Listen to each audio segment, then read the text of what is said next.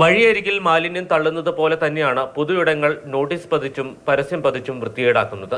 കുറച്ച് നാളുകൾക്ക് മുമ്പാണ് കരിമണ്ണൂർ ജംഗ്ഷനിലെ പഞ്ചായത്ത് വക ബസ് കാത്തിരിപ്പ് കേന്ദ്രത്തിൽ നോട്ടീസുകൾ പതിച്ചത്. കരിമണ്ണൂർ സ്വദേശി സിനു ജോസ് ഇതിനെതിരെ പരാതി നൽകി. പഞ്ചായത്തിൽ മാത്രമല്ല, ജില്ലാ കളക്ടർക്കും ജില്ലാ പോലീസ് മേധാവിക്കും പരാതി അയച്ചു.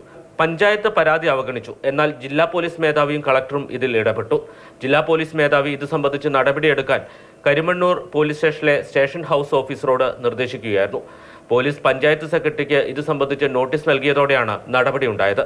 പഞ്ചായത്ത് തന്നെ ചുമരിൽ പതിച്ച നോട്ടീസുകളും പരസ്യങ്ങളും നീക്കം ചെയ്തു. രാഷ്ട്രീയ പാർട്ടികളടക്കം 9 പേർക്ക് 3000 രൂപ പിഴയും ചുമത്തി. ഇനിയുള്ള കാലഘട്ടത്തിലും ഇത്തരം സ്ഥാപനങ്ങൾ, ഇത്തരം പൊതുവിടങ്ങൾ, പാവപ്പെട്ടവരും സാധാരണക്കാരും ആശ്രയിക്കുന്ന ഇത്തരം ബസ് കാത്തിരിപ്പ് കേന്ദ്രങ്ങൾ പോലെയുള്ള പൊതുവിടങ്ങൾ എന്നും ശുദ്ധീകരിച്ച് സൂക്ഷിക്കുവാനും ഭരണഘടനയിലെ പൗരധർമ്മങ്ങളിൽ പറഞ്ഞിരിക്കുന്ന പോലെ to protect and safeguard public property എന്ന് പറയുന്ന പൗരധർമ്മങ്ങളിൽ അടിസ്ഥിതമായ ഒരു സമീപനം സ്വീകരിക്കുവാനും നമ്മളുടെ പഞ്ചായത്ത് അധികാരികൾ സമീപനം സ്വീകരിക്കണമെന്നുള്ളതാണ് എൻ്റെ അഭ്യർത്ഥന. ചുമരുകളും മറ്റും ഇത്തരത്തിൽ വൃത്തികേടാക്കുന്നതിനെ ദൃശ്യമലിനീകരണം എന്ന ഗണത്തിൽ പെടുത്തണമെന്നുകൂടി പരാതിക്കാരൻ ആവശ്യപ്പെടുന്നുണ്ട്. നിലവിൽ പഞ്ചായത്ത് രാജിൽ ഇങ്ങനെയൊന്നില്ല. എന്തായാലും കാണുന്നിടത്തൊക്കെ നോട്ടീസും പരസ്യവും പതിക്കുന്നവർക്ക് ഇതൊരു മുന്നറിയിപ്പാണ്. മാതൃഭൂമി ന്യൂസ്, ഇടുക്കി.